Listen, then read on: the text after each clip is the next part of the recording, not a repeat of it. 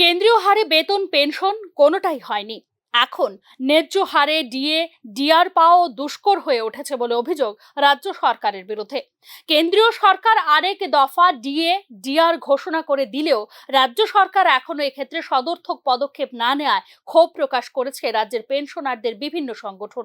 কেন্দ্রীয় কর্মচারীদের তুলনায় অর্ধেকের কম মহার্ঘ ভাতা এবং মহার্ঘ রিলিফ পাচ্ছেন রাজ্যের কর্মচারী ও পেনশনাররা। এক্ষেত্রে অবিলম্বে বকেয়া 28% মহার্ঘ রিলিফ মঞ্জুর করার দাবি করেছেন রাজ্য সরকারের পেনশনাররা।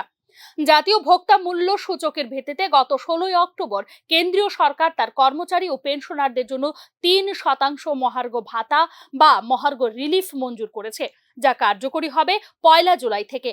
ফলে এই ক্ষণে তারা 35% মহার্ঘ রিলিফ বা মহার্ঘ ভাতা পাচ্ছেন। অথচ ত্রিপুরা সরকারের কর্মচারী ও পেনশনারগণ পাচ্ছেন মাত্র 25%।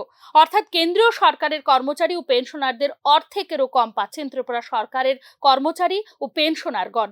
এক্ষেত্রে অবিলম্বে এই বৈষম্য দূর করার দাবি জানিয়েছে ত্রিপুরা সরকারের পেনশনার ও পারিবারিক পেনশনারদের সর্ববৃহৎ সংগঠন গভর্নমেন্ট পেনশনার্স অ্যাসোসিয়েশন।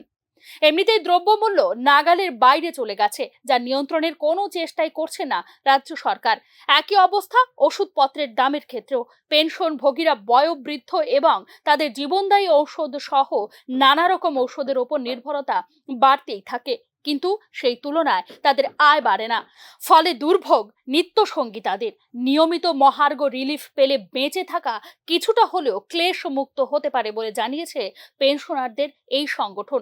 রাজ্য সরকার প্রদত্ত প্রতিশ্রুতি রক্ষা করে নিয়মিত মহার্ঘ রিলিফ মঞ্জুর করছে না, কিস্তির পর কিস্তি বকেয়া রেখে চলেছে। এক্ষণে ত্রিপুরা পেনশনাররা যে পরিমাণ মহার্ঘ রিলিফ পাচ্ছেন, বকেয়ার পরিমাণ তার চাইতে বেশি।